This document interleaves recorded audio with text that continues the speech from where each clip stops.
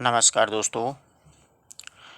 आज हम अपने टेस्ट सीरीज में आगे बढ़ते हुए आदिकाल के अन्य जो महत्वपूर्ण प्रश्न हैं, स्पेशली तो इसमें आदिकाल के कम हैं बल्कि हिंदी साहित्य के करीब करीब प्रश्न हैं। प्रश्नोत्तरी अपना भाग 43वां चल रहा है आज, उसका अध्ययन करेंगे।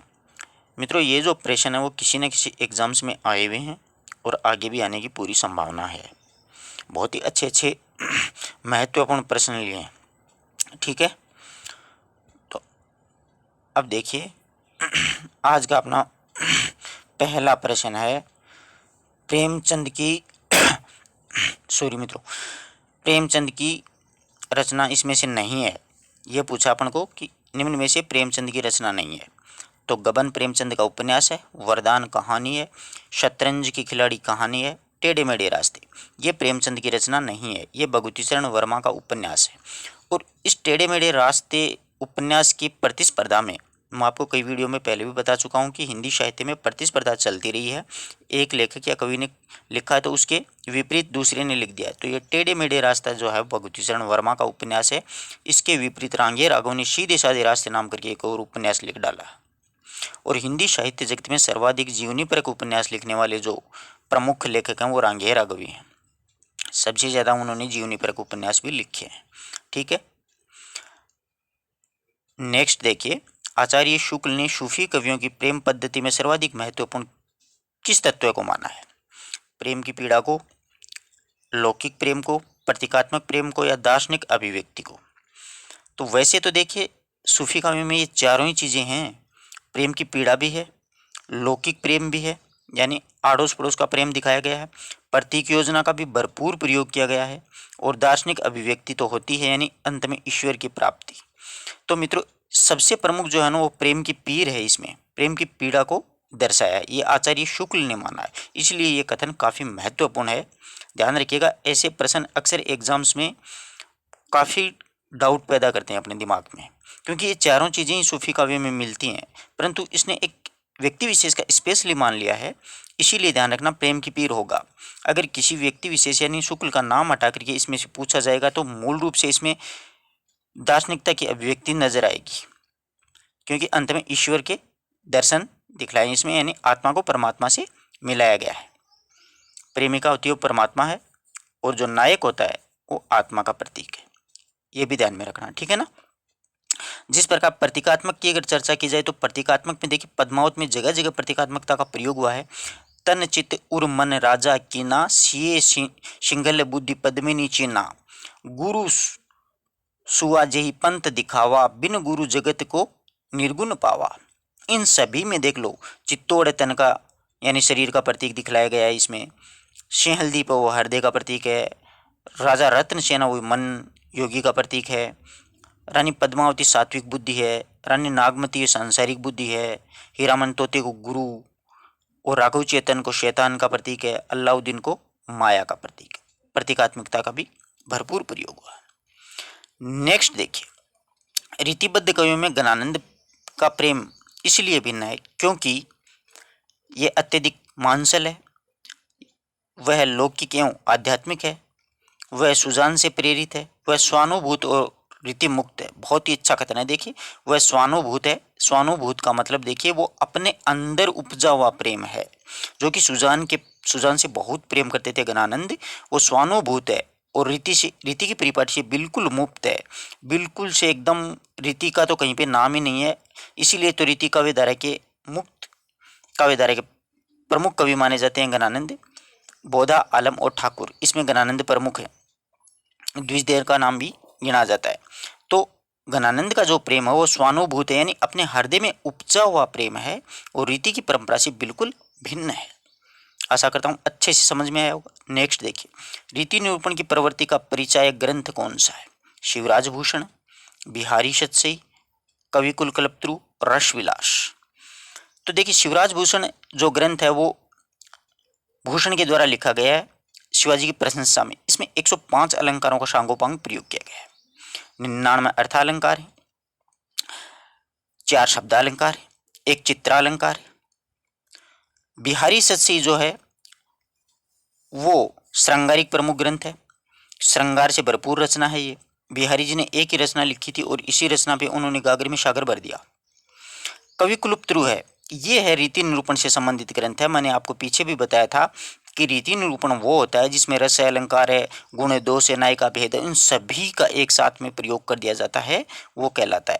और रस विलास है वो रस से संबंधित ग्रंथ है, ये देव का ग्रंथ है। ध्यान रखिएगा, अच्छी तरीके से आपको ये बात समझ में आ गई होगी कि रीति निरूपण किसे कहा जाता है और रीति निरूपण का क्या आशय होता है। यही बात मैं क्लियर करना चाह रहा था आपको कि काव्यांश के सभी अंगों का इसमें प्रयोग किया गया, सभी लक्षण जिसमें प्रयोग किए जाते हैं, सभी लक्षण एक साथ मौजूद कर दिए जाते हैं, वो रीति निरूपण कहलाती है। ठीक है। सूफी परंपरा की प्रमुख रचना, अच्छा प्रश्न है मित्रों। सूफी परंपरा की सर्व प्रमुख रचना, वैसे तो देखिए सारी प्रमुख रचनाएं हैं, परंतु मधुमालती है, मर्गावती है, माधवन कामनल्ला है, पद्मावत। पद्मावत सर्व प्रमुख रचना है। सूफी काव्य की प्रतिनिधि अगर रचना कही जाए किसी को तो वो पद्मावती है, क्योंकि इसमें प्रतीकात्मकता का भरपूर प्रयोग किया गया है। जायसी ने अपनी दार्शनिकता का, अपनी विद्वता का अच्छे से इसमें आकलन किया है, अच्छे से वर्णन किया है, हर बात को बहुत ही बारीकी से समझाया है। हर जो सूफी काव्य में होती हैं वो हर बातों को इसमें बहुत ढंग से चित्रित किया गया है। मसनवी शैली का अगर प्रयोग बात की जाए तो उसका भी बहुत अच्छे से प्रयोग किया गया है। उसमें मसनवी शैली में देखिए, उसमें साहे वक्त जो शेर सांसूरी थे उसकी प्रशंसा जायसी ने बहुत अच्छे ढंग से की है कि शेर शाह दिल्ली सुल्तानू, चारों उखंड तपे जस भानु, ओ ही छाज राज ओ पाटू, सब राजा भू धराल लाटू। खूब अच्छे से वर्णन किया। समासोक्ति का बहुत अच्छे से प्रयोग किया कि समासोक्ति अलंकार का प्रयोग किया, इसलिए आचार्य शुक्ल ने इसे पद्मावत को समासोक्ति कह करके भी पुकारा है। सूफी प्रेमाख्यान काव्यों का प्रतिपाद्य है। सूफी मत का प्रचार, यानी सूफी रचना लिखने के पीछे उनका क्या उद्देश्य था, ये पूछना चाह रहे हैं। सूफी मत का प्रचार करना, वैराग्य का प्रतिपादन करना, संसार का निरस्तता करना और प्रेम कथा के माध्यम से ब्रह्म जीव का मिलन। सही बात तो यही है अंत में कि प्रेम कथा के माध्यम से ब्रह्म का जीव से मिलन अंत में दिखला दिया जाता है। मैंने आपको पीछे स्पष्ट भी किया है कि आत्मा और परमात्मा, जो प्रेमिका होती है, जो नायिका होती है, वो परमात्मा के रूप में दर्शाई गई है सूफी काव्य में, और जो नायक होता है वो आत्मा के रूप में। तो अंत में इन दोनों का मिलन दिखाया गया है प्रत्येक सूफी रचना में। यही इनका मुख्य उद्देश्य था कि प्रेम के माध्यम से ईश्वर की प्राप्ति। ठीक है। नेक्स्ट देखिए, भूषण की कविता का मुख्य स्वर, प्रधान स्वर क्या है। तो अपने सामने बड़ी समस्या आ जाती है। भूषण का नाम सुनते अपने दिमाग में आता है कि वीर रस तो होना ही होना चाहिए, परंतु अगले ऑप्शन में वीर रस नहीं देगा तो अपने को तुक्का ही मारना पड़ेगा उस प्रश्न में। तो देखिए कैसे करना है ऐसे प्रश्न को सोल्व। तो देखिए, भूषण की कविता का प्रधान स्वर कारुणिक यानी करुणा से भरा हुआ है, बिल्कुल भी नहीं है। श्रृंगारिक परक, प्रश्न ही नहीं उठता है। प्रशस्ति परक और व्यंग्यात्मक। अब यहाँ पे अपन दोनों ऑप्शनों में बढ़िया बड़ा कंफ्यूज हो जाता है अपन दोनों को। तो एक्चुअल में होता क्या है, इन दोनों ऑप्शनों के साथ में अपने प्रशस्ति परक अपने दिमाग में आता है, यार प्रशस्ति परक मतलब पत्थरों पे तो लिखा ही नहीं है भूषण ने, ऐसा नहीं है। फिर अपन तुक्का मारते हैं व्यंग्यात्मक, यानी औरंगजेब का शिवाजी के प्रति व्यंग्य दिखाया गया है, शिवाजी को का खूब अच्छा वर्णन किया है। 76 साल के राजा रुद्र सोलंकी का अच्छा वर्णन किया है, 76 साल का अच्छा वर्णन किया है, ऐसा नहीं है।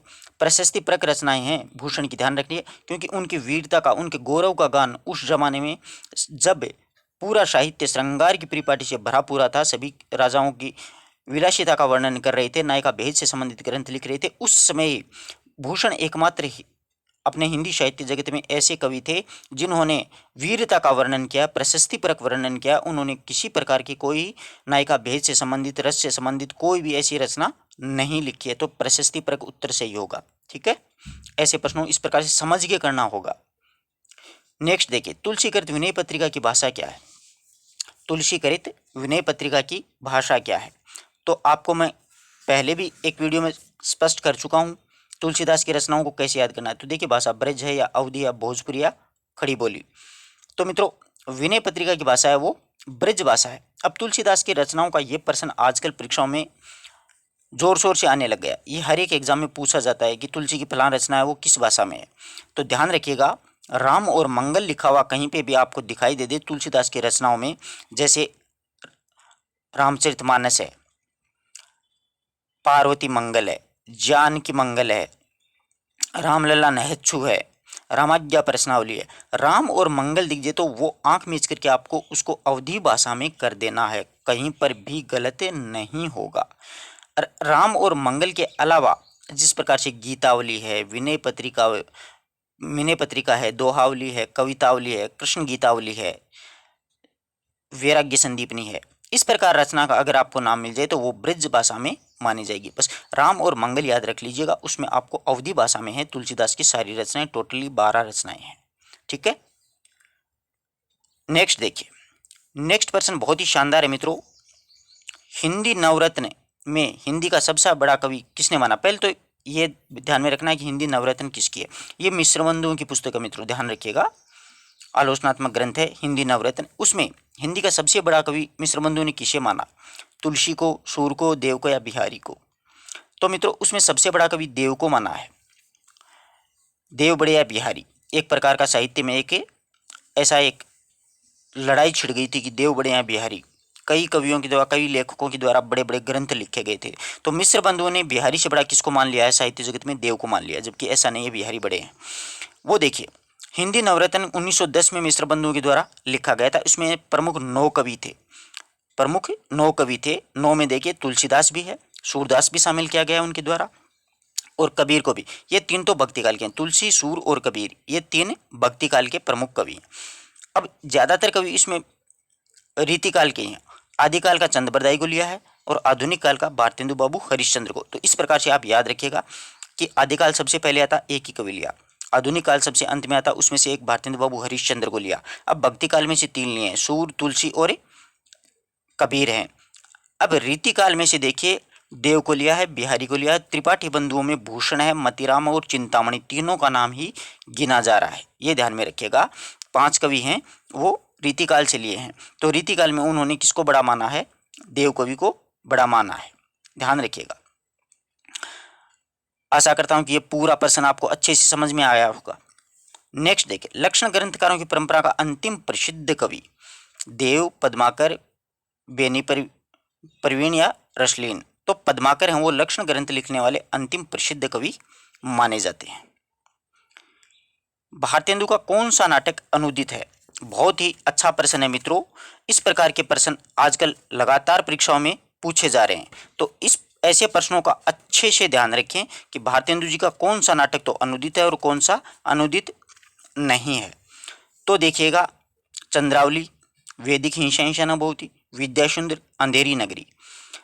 तो देखिए, चंद्रावली जो नाटिका है, इसमें अनुदित है ना, जो विद्यासुंदर है, विद्यासुंदर का अनुवाद है वो भारतेंदु जी ने, बंगला का एक नाटक था चोर पंचाशिका, उसके 3रे अंक का इन्होंने अनुवाद किया था। चोर पंचाशिका का बंगला संस्करण का इन्होंने अनुवाद किया था विद्यासुंदर में।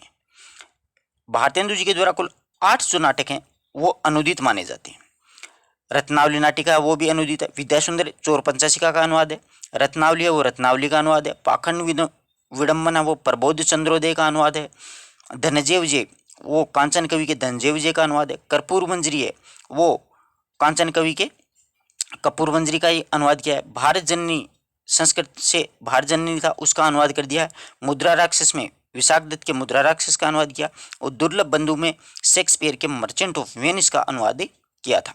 चंद्रावली जो नाटक है भारतेंदु जी का, वो एक प्रेम कथा पर आधारित नाटक है, ध्यान रखिएगा। प्रेम के आदर्श रूप इसमें चंद्रावली में दर्शाया गया है। वैदिक हिंसा न बहुती, ये मौलिक नाटक हैं, इनमें पशु बलि का विरोध किया गया है। और अंधेरी नगरी जो नाटक है उसमें भ्रष्ट प्रशासन तंत्र पर व्यंग्य किया गया है। तो ये प्रश्न अक्सर परीक्षा में पूछा जा रहा है कि कौन सा अनुदित है और कौन सा अनुदित नहीं है।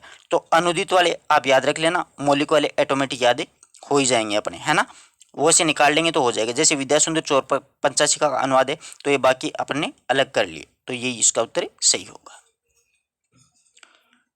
नेक्स्ट देखिए, हिंदी समालोचना का सूत्रपात किस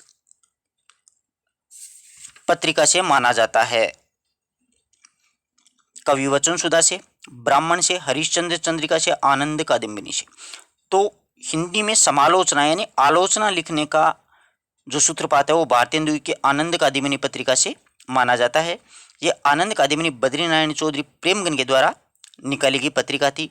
और प्रेमगन है वो उर्दू में अब्र के उपनाम से कविताएं भी लिखते थे। ये भी ना याद रख लीजिएगा साथ साथ में, ताकि ये भी प्रश्न अपना सही हो जाए, ताकि पूछ ले परीक्षा में कि बद्रीनारायण चौधरी प्रेमगन है वो उर्दू में किस नाम से लिखते थे, तो अब्र के उपनाम से लिखते थे। भारतेंदु बाबू हरिश्चंद्र वो रशा के उपनाम से लिखते थे। ऐसे इनके उपनाम भी हैं, वो मैंने भारतेंदु की वीडियोज डाल रखे हैं, आप प्ले लिस्ट में जाइएगा, वहाँ से आप पूरा अच्छे से पढ़ सकते हैं। एक एक प्रश्न की बहुत बारीकी से ढंग से व्याख्या की गई है। नेक्स्ट देखिए, भारतेंदु कालीन किस उपन्यास से आधुनिकता की शुरुआत मानी जाती है? बहुत अच्छा प्रश्न है मित्रों, परीक्षा में पूछे जाने योग्य ये प्रश्न है, तो ध्यान रखिएगा। रानी केतकी की कहानी, परीक्षा गुरु, 100 अजान एक सुजान, चंद्रकांता। तो भारतेंदु कालीन उपन्यास से आधुनिक उपन्यासों की शुरुआत है वो परीक्षा गुरु से मानी जाती है। वो लाला श्रीनिवास दास के द्वारा ये उपन्यास है वो लिखा गया था। अच्छी तरीके से याद कर लीजिएगा, लाला श्रीनिवास दास के द्वारा परीक्षा गुरु उपन्यास है वो लिखा गया था। और ये जो उपन्यास है वो 1882 ईस्वी में प्रकाशित हुआ था। ये अंग्रेजी ढंग का लिखा हुआ उपन्यास है, इसलिए इससे आधुनिक उपन्यासों की शुरुआत है वो मानी जाती है। रानी केतकी कहानी इंशाअल्लाह खां की है। नासिक के तो पाख्यान के रचयिता कौन है? नासिक के तो व्याख्यान सदल मिश्र, सदा शुक्लाल नियाज, इंशाअल्लाह का लल्लू लाल।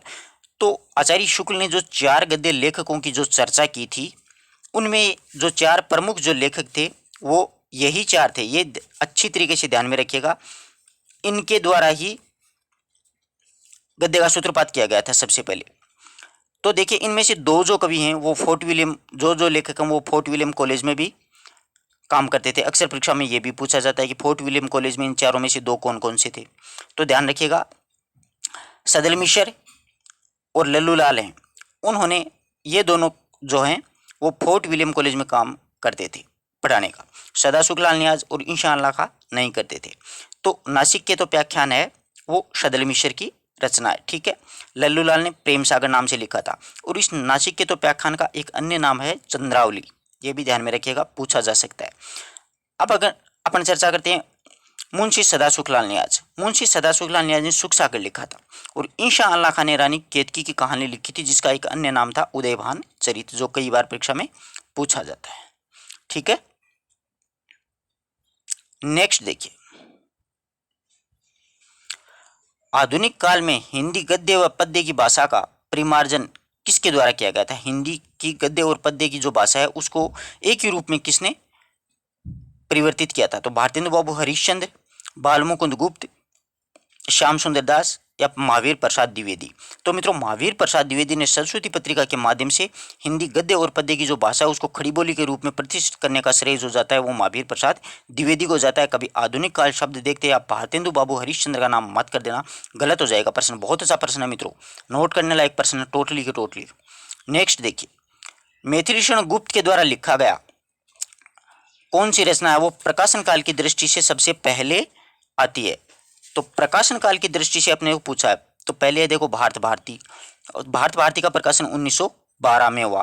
फिर है विकट भट्ट, विकट भट्ट का प्रकाशन 1929 में हुआ, ये तो और भी आगे चलेगी। फिर है जयद्रथ वध, जयद्रथ वध जो है वो 1910 में है, इसका मतलब ये सबसे पहले आ गई। फिर है पंचवटी, और पंचवटी का जो प्रकाशन है वो 1925 में हुआ।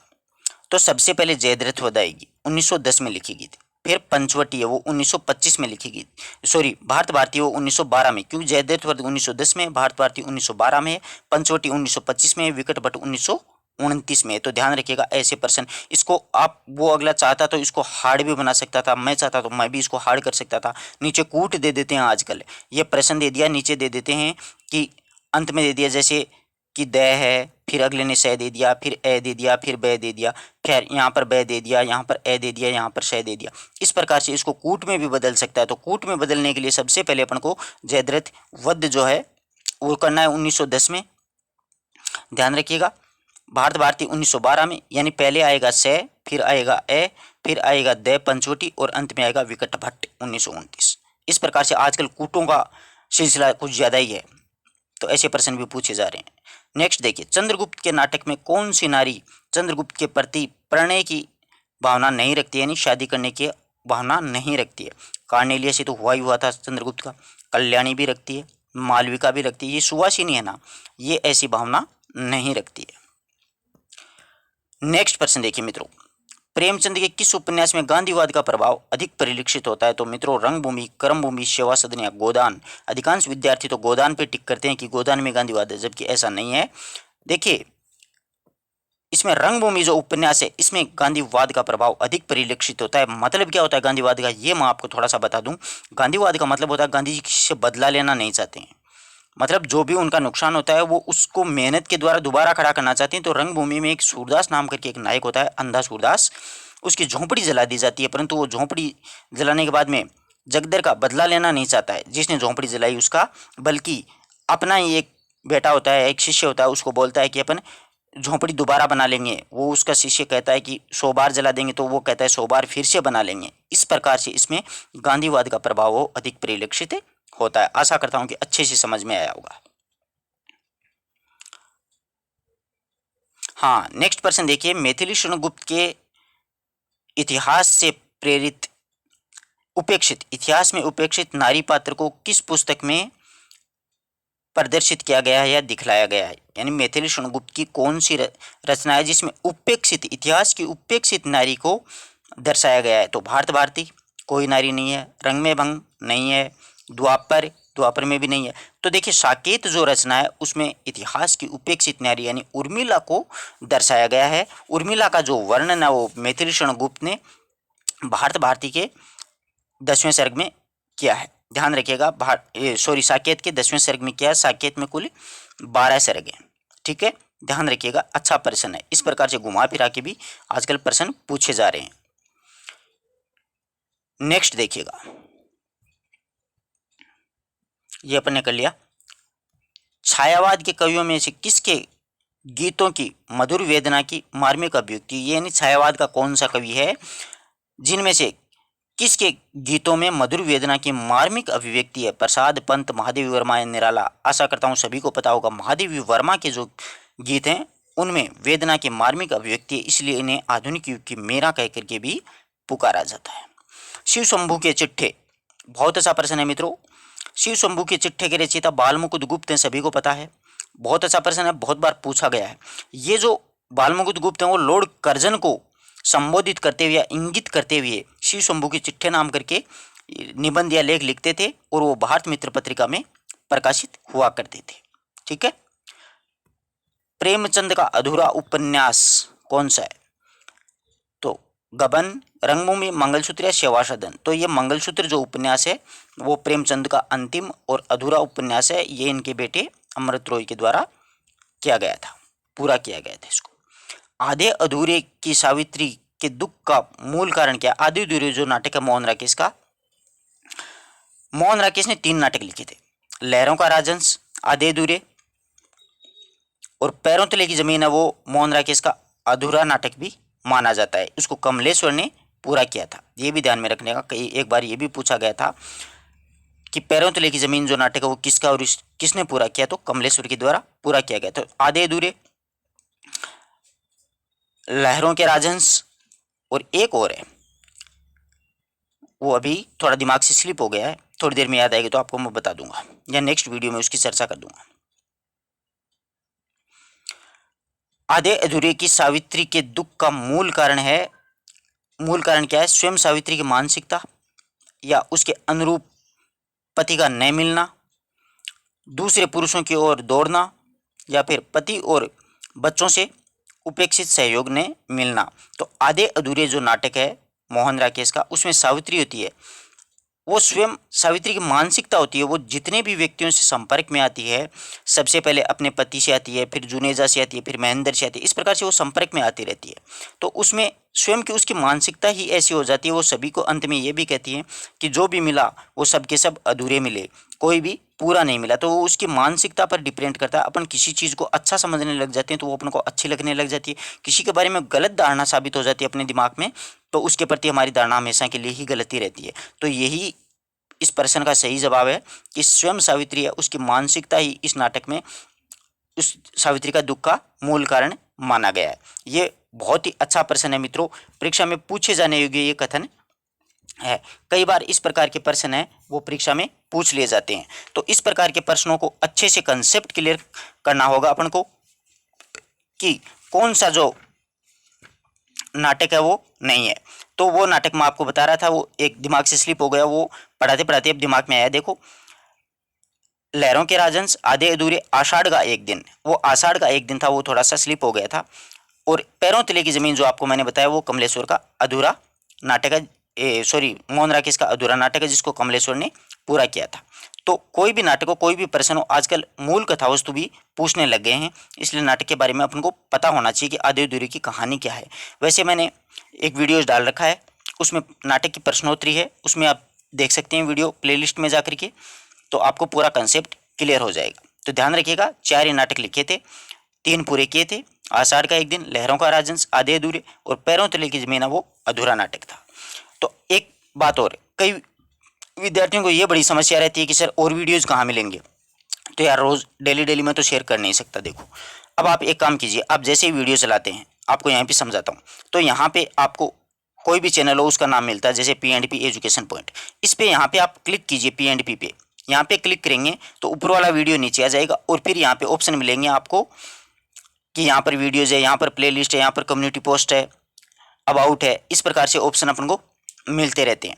तो ध्यान रखिएगा, यहाँ पर जाओगे तो प्ले लिस्ट में आप जाके ओके करोगे तो उसमें आपको वीडियोज़ की लिस्ट मिल जाएगी, फोल्डर मिल जाएंगे कि ये नेट JRF के हैं, ये फर्स्ट ग्रेड सेकंड ग्रेड के लायक हैं, ये भारतेंदु युग है, ये द्विवेदी युग है, ये नई कविता है, ये कहानी है, यानी फोल्डर बना रखे हैं उसमें। अगर वीडियोज़ पे क्लिक करोगे तो आपको पूरी लिस्ट एक साथ मिल जाएगी, उसमें आपको ढूंढने में थोड़ी सी तकलीफ ज़रूर होगी, परंतु पूरी वीडियोज़ एक साथ आ जाएंगे। और ये जो प्ले लिस्ट वाली जो लिस्ट है ना, उसमें शॉर्ट में मिलेंगे, जैसे आदिकाल है तो आदिकाल के 30 वीडियोज़ आपको मिल जाएंगे, भक्ति काल है उसके 10 वीडियोज़ या 15 वीडियोज़ मिल जाएंगे, भारतेंदु युग के 20 वीडियोज़ मिल जाएंगे। इस प्रकार से थोड़ी थोड़ी वीडियोज़ उसमें मिलेंगे। तो इस प्रकार से आप जाकर के प्लेलिस्ट में पढ़ सकते हैं। ठीक है, मिलते हैं एक नई वीडियो नए टॉपिक के साथ, तब तक के लिए नमस्कार। और इस वीडियो को ज़्यादा से ज़्यादा शेयर करें जिससे भी और भी विद्यार्थियों को मित्रों लाभ मिल सकते हैं।